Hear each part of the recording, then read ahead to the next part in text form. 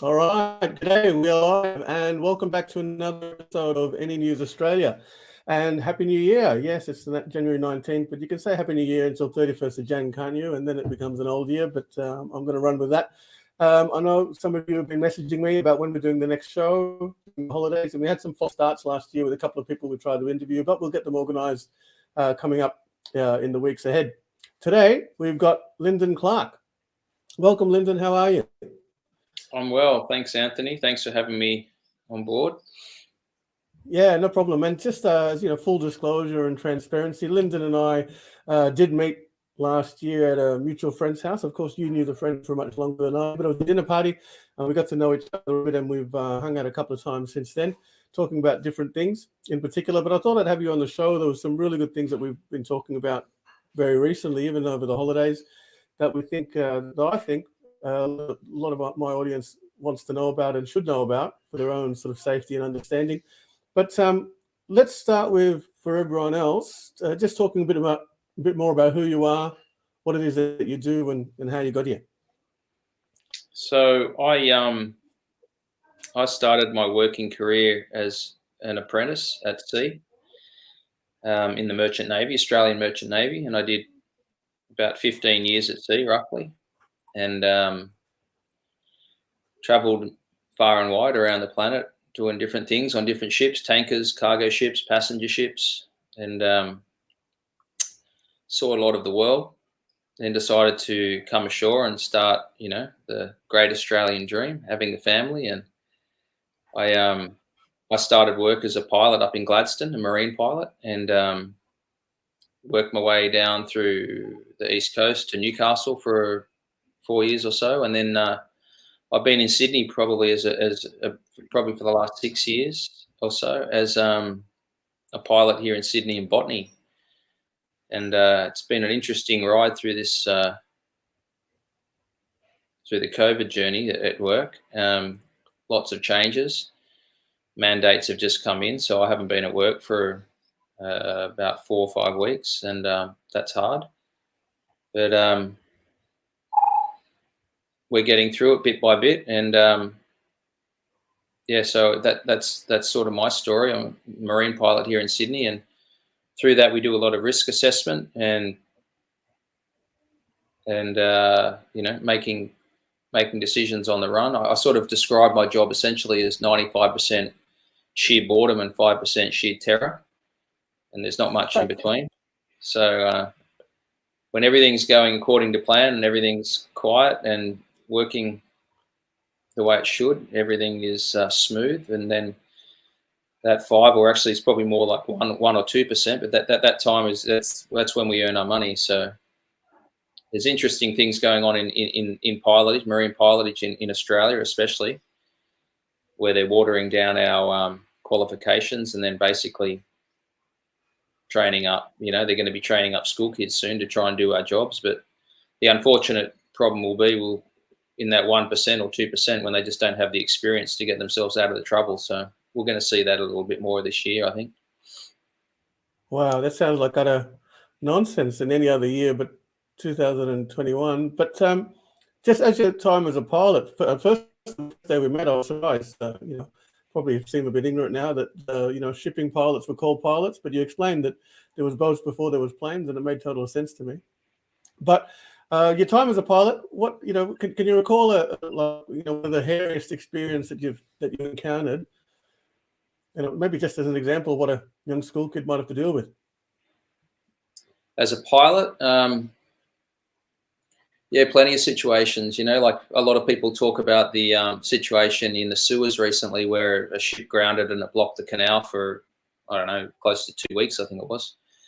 And they sort of say, well, how does this happen? Well, I mean, a ship's just a boat, and if it doesn't have assets, and what I mean by assets is tugs, which are standalone assets, which have their own systems on board. Well, if the ship's systems fail, then you're at the mercy of the elements. And for example, the Suez Canal, I mean, if he's got a crosswind there and he's holding what we call a little bit of leeway, so he's got a bit of angle on to try and hold the ship steering a straight course, well then if that ship flames out for whatever reason, the engine's stopped, well then he's got nothing.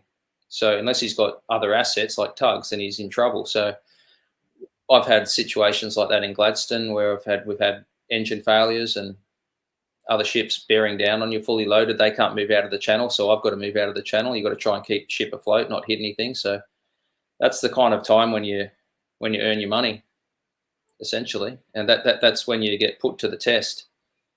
And it comes down to your training. You don't have a lot of time to think. You're basically trained to react. So you react, and you react hopefully according to the way you trained. And even if you do react, even if you do react the right way, sometimes it'll still go pear-shaped. So you see all kinds of problems in our industry with, for the Costa Concordia is another example of someone who was just inexperienced at doing what he was doing, and unfortunately tore the arse out of the bottom of the ship and sunk it, essentially. So and these are expensive ships, right?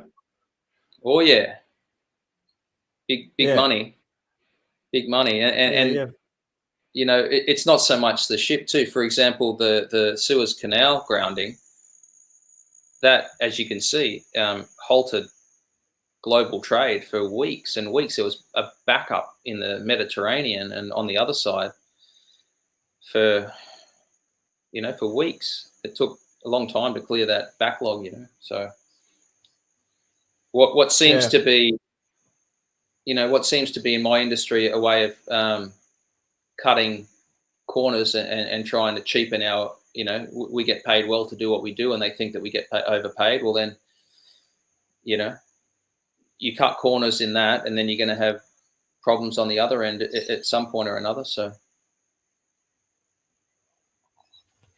yeah, I get the feeling it's happening in a lot of industries. I'm hearing in different industries that they're importing workers from Indonesia and other places that might have, what they perceive to be equivalent qualifications. But I guess the whole world, the whole Western world anyway, might be in that situation. So there's going to be a shortage of those at some point as well.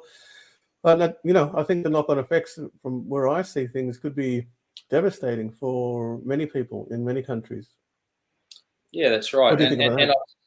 Yeah, absolutely. I mean, we've seen a very big change in the demographic of shipping in the 30 years that I've been involved in it, especially in the Australian industry. As I said in another interview with other people, we when I first went to sea back in sort of '92, there was around 130 Australian ships running around the Aussie coastline. We're an island nation. You wouldn't live on an island and not have a boat. So we're an island nation. We were supplying our own fuel around our own country. We were picking up our own crude, bringing it to our own refineries. We were refining it. We had our own trade, and then systematically over the last 30 years, the governments have wiped out our industry 100%. And the unions have fought it as hard as they could, but it is what it is now. I think we've roughly got about 5 to 10 Australian ships at the moment, and it's not really going to cut it if anything goes pear-shaped worldwide, which it seems to be looking that way. We don't have the means to move freight around our own country, let alone export or import, which is just ridiculous. It should be an item of national security. Yeah, for sure. So just quickly, before COVID, when this was happening, what was the official explanation, and what were people like you thinking about it at the time? Oh, before COVID, we've been pushing this as pilots and as seafarers for a long time. There's three main unions for the marine industry in Australia. There's the Australian Maritime Officers Union. There's the MUA, which is the Maritime Union of Australia, who deal with the crew, and then and many other facets. and then there's the Engineers Union, which is commonly called the Institute. So the three unions have been actively trying to work together as best they can to try and preserve jobs in Australia, but you're going up against a government that has no interest in it, because you can essentially hire a third world seafarer for peanuts when you're paying Australian seafarer Australian conditions. And Yeah. What would they do that when, it's like you go down to Bunnings and you can buy a circular saw for $50 that'll last you a week, or you can buy a circular saw for $500. It might last you a lifetime. Unfortunately, people are all going for the cheap shit. Your kids as well. That's right. Yeah. So that was that was the official explanation, that it was a purely commercial decision that was taking place, or was there other things in play? It is political. I mean, some of the unions were making things difficult, but that's the union's job, to preserve conditions. The government was trying to wipe out conditions in our industry, and the unions were trying to preserve them. And ships were basically being sold off out of the Australian fleet and not being replaced. So systematically, our seafaring nation is reduced to very few people that are skilled and qualified to do what we do now. We can barely get any pilots to, we don't have officers at sea to even filter in as pilots anymore. So, 5 to 10 years ago, they've been talking about training up, as I said, training up school children to do what we do. But unfortunately, they don't have the experience to get themselves out of trouble if it comes. And it's that, as I said, it's that 2% of time where you're paid to do what you do, which is where you keep the ship safe and floating and out of harm's way. And it's not just the ship; it's the environment. It's the for example, Sydney Harbour. You take a 350-metre cruise ship out of Sydney Harbour, and invariably, it's always in the afternoon when there's a 30-knot nor'easter blowing, and you've got half a dozen yacht races going on all over the harbour. So it's not for the faint-hearted. Yeah, for sure.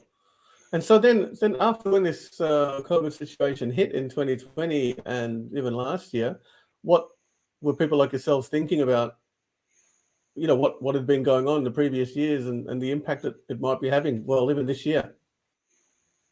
Well, initially I was concerned about it when I first read about it. I sort of had a bit of knowledge about it probably a little bit earlier than some through some of my friends. And I started investigating. Obviously, it worried me because I'm sort of on that front line and on that border, and was worried that, this Chinese virus is coming, and, we deal a lot with Chinese crew and Chinese ships. And so, yeah, I was initially worried about it until I realized the agenda behind it all, which disappointed me, obviously. And then we systematically saw the removal of all the cruise ships, which eased our workload immensely. And shipping has declined quite substantially over the last couple of years, from what I can see, and from what I understand, freight rates are going through the roof, and very interesting times ahead, that's for sure. Yeah, when you're seeing the cruise ships decline, was there any, hindsight's awesome, I guess, but was anything that happened after that, foreseeable? Did you predict any of it happening, or was it all completely new? No, I mean, I could see what was going on. As I said, we don't have many refineries here in Australia anymore to refine our own fuel. So, in the wisdom of the government, we actually produce quite a bit of crude oil. We ship crude straight across to refineries in Singapore or India or the Persian Gulf, and then they refine it and we buy it back as product now. So we don't even make our own fuel a lot of the time. So there is a dramatic lack of resources in the country should, the refineries stop giving us back our product. Well, then, I don't know the exact figures, but I think we've got somewhere around the 2 to 4 weeks of fuel reserves in the country. If we don't bring in tankers, then cars aren't going to be moving on the roads for very much longer. Yeah, There's 2 refineries, I believe, in the country weeks. now. Wow. 2 refineries left. Wow. So, you know, Yeah. I saw an increase in product being brought into the country for a while. When I mean, fuel product on tankers for a while, they were bringing it in. We were stocking up a little bit, but now it seems to have pitted off a fair bit. Yeah. So moving on to fuel, I think it's a good segue because we did talk recently about some of the hype around the AdBlue shortage, some of the ramifications that could mean for this country in particular. What are your thoughts on all that? What do you understand about all that already? Yeah, so the AdBlue, the limited knowledge I have on it, and the urea shortage, it comes back to a urea shortage essentially, because AdBlue is basically just urea and demineralized water mixed in a fairly rough proportion. I mean, they say that it's more than that, but essentially you can make your own AdBlue. But there is a global shortage of urea, and that's going to possibly be the next COVID. Essentially, I think that I think COVID possibly may dissolve itself out soon with all the different variants coming through and all the different vaccinations that people are apparently going to have to take to keep themselves safe. And I think the world may slowly wake up to the fact that vaccines aren't what they seem, and we've been duped. And then all of a sudden that will disappear, and then we'll find that there'll be major food shortages worldwide, and it's purely due to a lack of urea. Without the urea, from what I understand, the food production will not be what it is or what it has been, what it can be.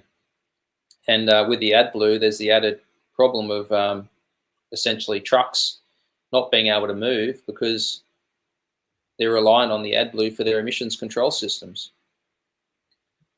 So it seems that the mainstream media is purporting that trucks aren't moving purely because of COVID lockdowns. And I did watch a very interesting clip from Canada where apparently a shitload of truck drivers have basically been put off the road now because they're unvaccinated. They don't want to get vaccinated. They're not allowed to cross state borders. They're not allowed to go across into the American states, and they've just hung up their keys and unpacked their trucks and walking away.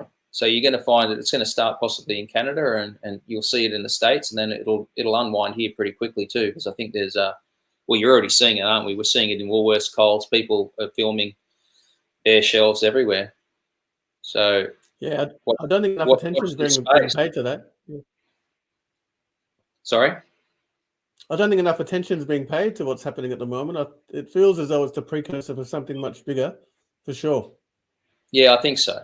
I mean, I think, there's no secret in that they, powers to be, want to depopulate the planet. And if their COVID plan didn't work, well, then maybe they'll try and starve us out. Who knows where it's going to go? But urea shortages, it's definitely been engineered. It's not like urea is a precious product. It's just nitrogen, and as most of us know, air is made up of 70% or more of nitrogen. So it's one of the most abundant elements of the universe, right? Yeah, that's exactly right. It's not. Yeah, it's not rocket science. And as we discussed earlier, urea, it's a human byproduct as well. You can probably make it yourself with the population. Yeah, I did come across a YouTube video where a guy had a pot on the stove and using some human urine, and I didn't watch the whole thing, but there's a process obviously to make urea at home in that way, which could be quite interesting. So I think with the amount of people on the planet and all the animals that we have in farming and stuff, I think that there should be a way to capture some of this urea if it really gets a bit too crazy. But besides the trucks, so what, the big ships that you were driving, did they also have diesel engines? Yeah, so they have diesel. They call them big low speed diesel. So they run at an RPM much lower than your normal car. Your normal car or truck will run somewhere around, idle at about 1200 RPM, whereas these ships, they're low speed diesels, very low speed, very high geared, and they're normally directly coupled to the propellers, and they just, when I was at sea, they used to run them on this thick black crude type fuel called heavy fuel oil. Used to get heated up, quite hot, very hot, injected into the engine under high pressure and fired off, and it was cheap, much cheaper than diesel. But then once you got into manoeuvring areas like enclosed waterways or pilotages, like as a pilot, they normally used to switch across to diesel because it's far more reliable. So yeah, they all run on diesel, but they don't have emission control such as AdBlue or anything like that. Yeah, that's what I'm hearing from you. Yeah, as we're all aware, anything that's out of sight is out of mind. If a plane goes into the ground, it's front page news everywhere. But in our industry, in the marine industry, we were losing a bulk carrier one a week with full crew just disappearing, and it's never reported, it's never known because it's just out of sight. No one cares. It's sad but true. But with the emissions control on ships, you'll notice that when they're out at sea, they'll be puffing big black smoke because that's the crap that they're burning. When you're in port, there are obviously more stricter controls environmentally. So the cruise ships have got to move across to a low sulfur content diesel, and that's so sort of how they manage. So you're saying that they actually switch that up when they come into ports? Yeah, they switch across to a different fuel, like a low sulfur fuel. It's a bit more expensive, but that's why they don't want to run on it all the time. But it's less toxic. It's less toxic coming out of the stacks. The emissions. Yeah, and sort of stops the greenies from complaining as well if they can't see it. Yeah, all the people that bought their apartments down in Glebe and White Bay there, and then all of a sudden a cruise ship terminal turns up there and they're upset about it. Well, it's been a shipping port for hundreds of years, but yeah. So Finn's got a question then. Lyndon, how long do you think we have until the food shortages take place? I guess. Thanks. Hi, Finn. It's been a long time since we've seen each other, but I'm not an authority on it, but I think that possibly, I think we'll see it filter through in the next few weeks.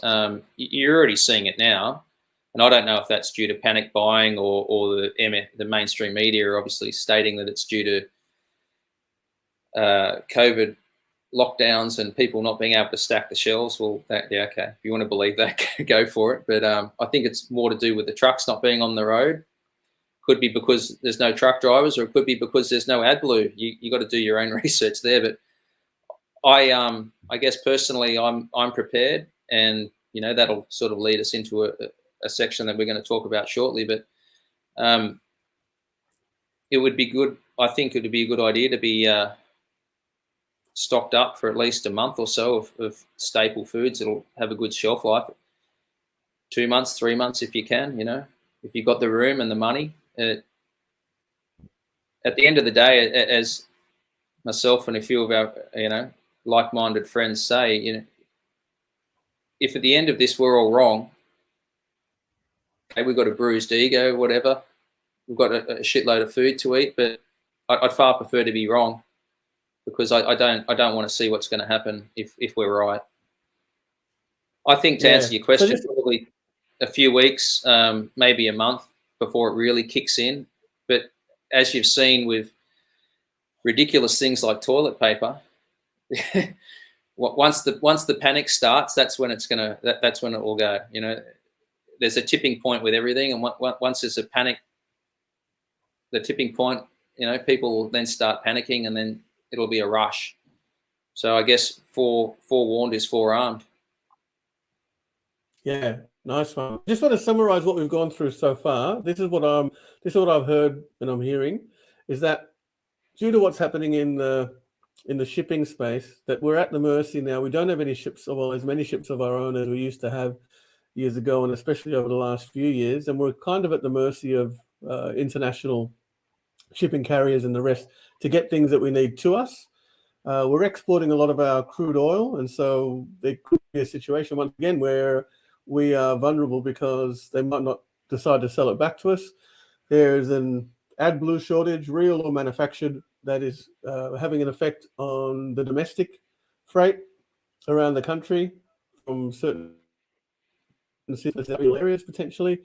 And then also there's whether it's a real or manufactured staff shortage at some of these places, like the grocery stores and the rest, that are all compounding, that could definitely cause some type of food shortages and potential rationing. I just want to jump in there quickly because I'm recalling a conversation I had this week, because I know quite a few business owners, and it's an aspect I didn't really grasp fully. It was a different perspective, and they were describing how their staff are now hoping for positive COVID tests, because it means they get to take sick leave, and the government will give them a certain amount of money, maybe $750. And so it's a bit of a windfall for them if they get a positive COVID test. So it's a whole thing that I didn't consider. Have you heard anything like that happening? Well, yeah, and on top of that, you do a positive rat test. You tell your work you've got COVID. You get the COVID leave or whatever it is that your employer offers you. You sit at home for a week or two, and then all of a sudden, everyone cottons on, and the shortages start, and then they can't, supply the demand that they need. So you see industries like the health industry and I'm not sure about the teachers, the emergency services, where now they're stating that if you're double vaccinated and you're COVID positive on a rat test, but you're feeling okay and you're somewhat asymptomatic, then that's okay, come back to work. But if you're unvaccinated and you're clean and you don't have any COVID, you're not allowed to come to work.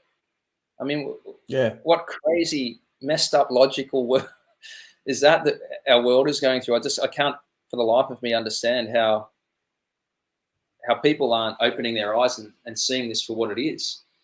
It's crazy. And now, as you said, the natural practitioners, the chiropractors, the naturopaths, the kinesiologists, it's now being mandated for them, and it's just terrible. It's getting worse and worse. And you see, the president of Pfizer over there basically stating now that the 2 shots are effectively useless for what's going on now, and you're going to have a booster shot as per what our government's saying, and then you're going to have an Omicron shot after that. But by the time all of that comes out, there'll be a new version and another one after that, and it's ongoing. This stuff's people are going to have to wake up soon enough and see it for what it is. Yeah, for sure. I'll have someone on shortly to talk about the natural health space. Talked about that a bit before the show, but I won't steal any thunder from that. But look, enough doom and gloom. Solutions. Yeah, so solutions. What's some idea that you come across solutions? So I reckon with the solutions, it seems that we need to just band together in our little groups and keep supporting each other, and we need to be all stocked up, ready for whatever's going to happen. I mean, you could have told me 2 years ago that I wouldn't be able to go to work if I had a vaccination. I would have said you're mad, but nothing surprises me anymore. So I guess, as I said, forewarned is forearmed. So just being prepared. I'm sort of getting off topic a little bit, but a long time ago, I worked with a diving instructor he said, never forget the 7 Ps. And the 7 Ps were proper prior preparation prevents piss poor performance. So yeah, I think we all need to be prepared. So going into that, I think, we need to be supporting each other. We need to be sort of starting up what we call a parallel economy. So if we're going to be shut out of this economy, we're going to not be allowed to go to shops. We're not going to be allowed to go to restaurants, whatever. Well, then that's fine. We'll start our own restaurants. We'll start our own cafes. We'll have our own supermarkets. We'll have our own growers.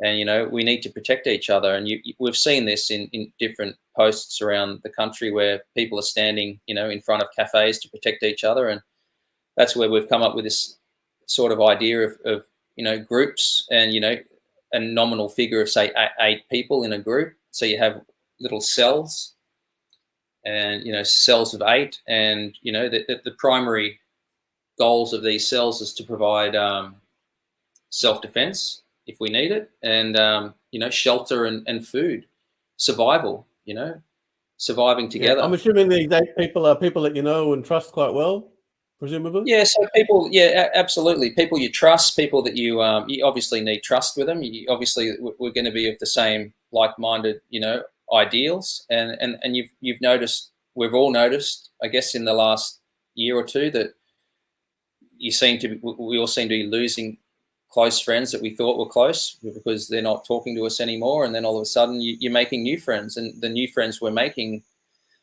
are on a whole lot more of the same wavelength, I guess, or frequency that, you know, we're all operating under, and we all understand each other. So I think, you know, we have to be on that same frequency, and also have to sort of be living in reasonable proximity to each other. So, you know, if there's no car, we can't be driving. There's no fuel, whatever. We need to be able to go and assist each other. So if you have your cell of 8 in close proximity in one suburb, you know, like of that 8, you could have 2 people that are trained in self-defense.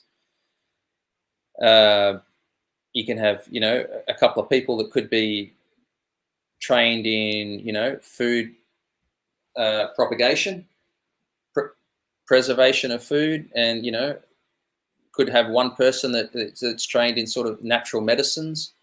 And, you know, you start these cells of 8s, and then, you know, as your cell grows, you sort of multiply and divide, similar to the way that the body does with cells. So, and you know, before long, we'll have quite a little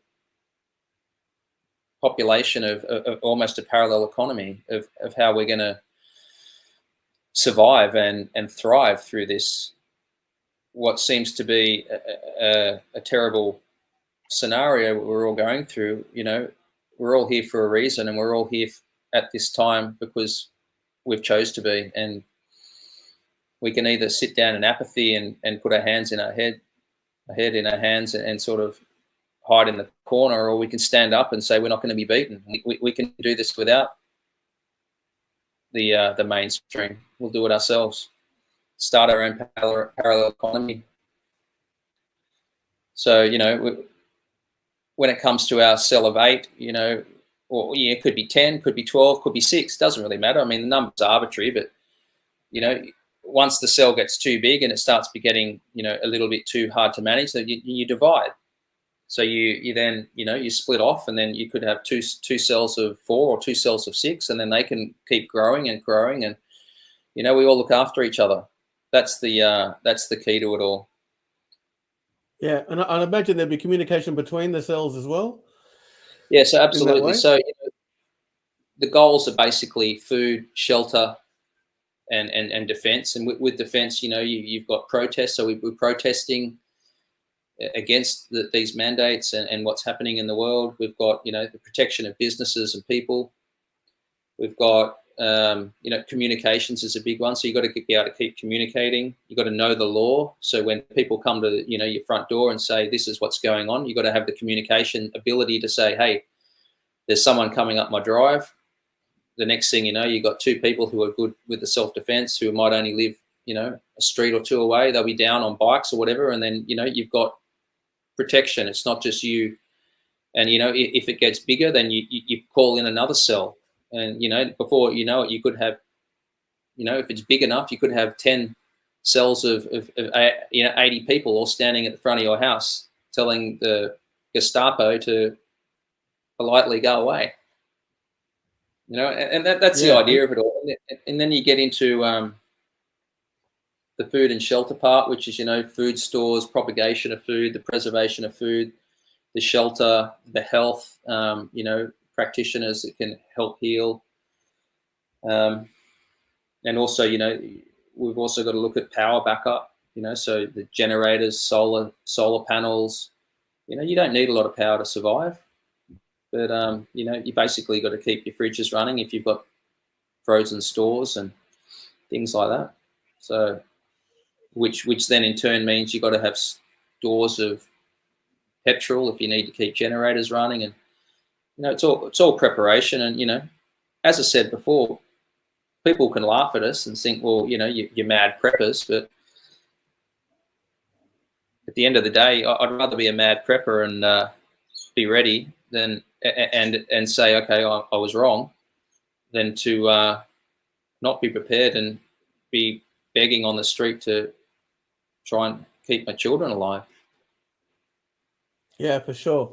And I think, as you're talking about it, there's a couple of scenarios that could work for as well. If you're running a business and, people turn up to try and stop it or fine or shut it down, then this self-defense mechanism could work as well. And this week especially, there's been a lot of talk, especially with going back to school and some of the regulations being introduced or suggested, that, if someone comes to take away or hurt your children, then this could be another mechanism to protect yourself as well, I feel. Yeah, absolutely. I mean, we're probably going to come down to the point where if the schools mandate vaccinations or start doing stupid things like, it's been purported that they've been doing where children can give their own consent. I mean, no one's going to be sending their kids to school. So we'll be running our own schools, essentially. We'll have teachers who have been put off work who will be doing the teaching. And, I guess one of the other things I wanted to highlight was that there is a lot of people out there who sort of think that, if this all comes to fruition, we're going to get in our cars and disappear. Well, I think for me, we're better off protecting ourselves where we're at. We've got our resources here. If you disappear into the bush, you're limiting your resources. You're also limiting your connections to the cell groups. Our protection will be in numbers, exactly as Ricardo Bossi says. Once we've got 1 million people on the streets, we've won. And it's not going to be long before we'll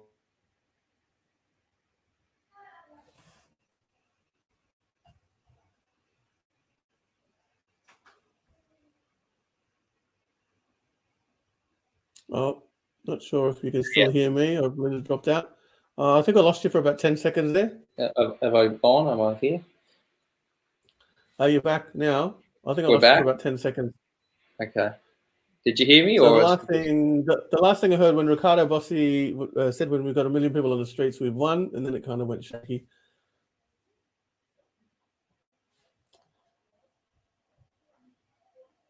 Still shaky.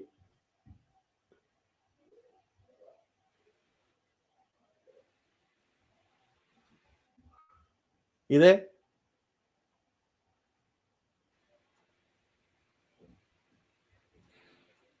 You there? Can you hear me? I'm back. You're back. Okay, great. Hopefully it keeps going well. Yeah, I don't know what happened, but That's all right. We're pretty close to wrapping up now. Anyway, what were we saying?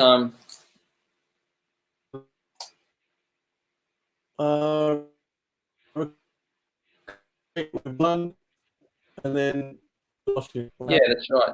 We've got 1 million people on the streets. We've won, and we're getting close to that, I think. So, I think what they're trying to do, when I say they, the powers that are behind the puppets, the puppeteers, essentially, they're trying to divide and conquer. And the more that they divide us, the more they win. The more that we unite and come together as a cohesive group, the stronger we're going to be. And we just need to keep pushing and pushing and pushing and not give in.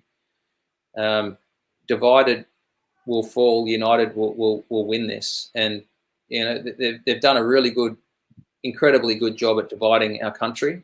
at the moment, you know, with the vaxxed and the unvaxxed, or as I prefer to say, the vaccine free.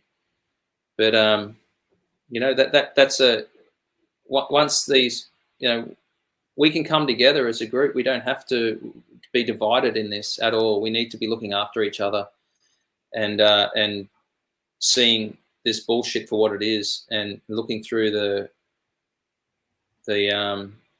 facade of this is for, yeah, you get a vaccine to protect your grandmother. Like, yeah, I don't buy that.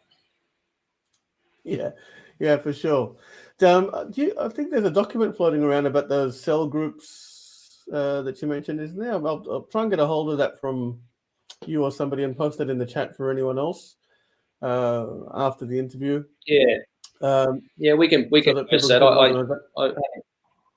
It's a good summary of basically what the ideal is, and has a lot of links in it. It's well prepared, and gives you an idea of, you know, how we could get out of this mess should this mess continue, and we decide that we need to live a parallel economy without running away to the hills. We can survive in our suburbs, in our areas. You know, we go back to basics. You know, I might not be driving ships anymore, but you know, we can work ways of doing. You know, there's different skill sets that everyone can look after each other, and wait for the storm to pass, because it will pass. Yeah, for sure. Yeah, and we'll continue our discussions. We've already talked about creating alternate economies and, you know, buying back some of the resources and infrastructure that we need, and we'll do that. And I think when we're in full swing with some of those things, we might have you and some others back on the show to talk about what we're doing, and hopefully that'll be of interest to some of the viewers as well. Yeah, for sure, absolutely. And you know, any questions, please send them through. I'll try and help as best I can.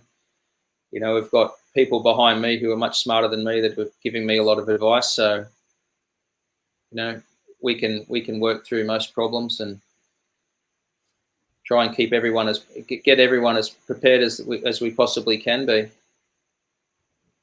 Yeah, fantastic. Thanks everyone for viewing today. Sorry, you want to keep going? I was just going to say, it might get ugly for a few months, maybe a year, maybe a couple of years, but in the end, we're going to have a win, and the outcome's going to be a whole lot better than what we were looking at before. Yeah, for sure. I'm positive of it. Yeah, I think there's too many people doing positive things in this space. I think 2022 is going to be a very good year in general compared to the last 100%. Two. We'll see. I think there's enough of us that have made enough connections to other good people, and I think we're really coming together as a community now. Yeah, that's right, and that's what we need to do. It's what we've always needed to do. Yeah, fantastic. All right, with that, I'm going to wrap it up. Thank you very much for all of you for joining us today live and for your comments, and thanks, Lyndon, for taking the time out and talking with us today. I'll catch up with you very soon as well, but thanks again. You're very welcome. Thanks, guys, for being part of this, and Godspeed to everyone. We'll get through it. Yeah, fantastic. And stay tuned for some upcoming episodes as well. We're focused on solutions this year. We don't want to talk too much and be an echo chamber for everything that's going on. I think everyone knows how bad it is. We don't want to keep harping on about that. We want to start talking about solutions. So if you have someone that we can talk to, with a solution, then, we'd like to have a chat with them. And if it's something that's great that we can all leverage upon to keep safe and keep going, then that's what we want to hear. So thanks again to everyone. Thanks again, Lyndon, and good night. And we'll see you at the next one in a couple of days. Take care. Cheers. Bye for now.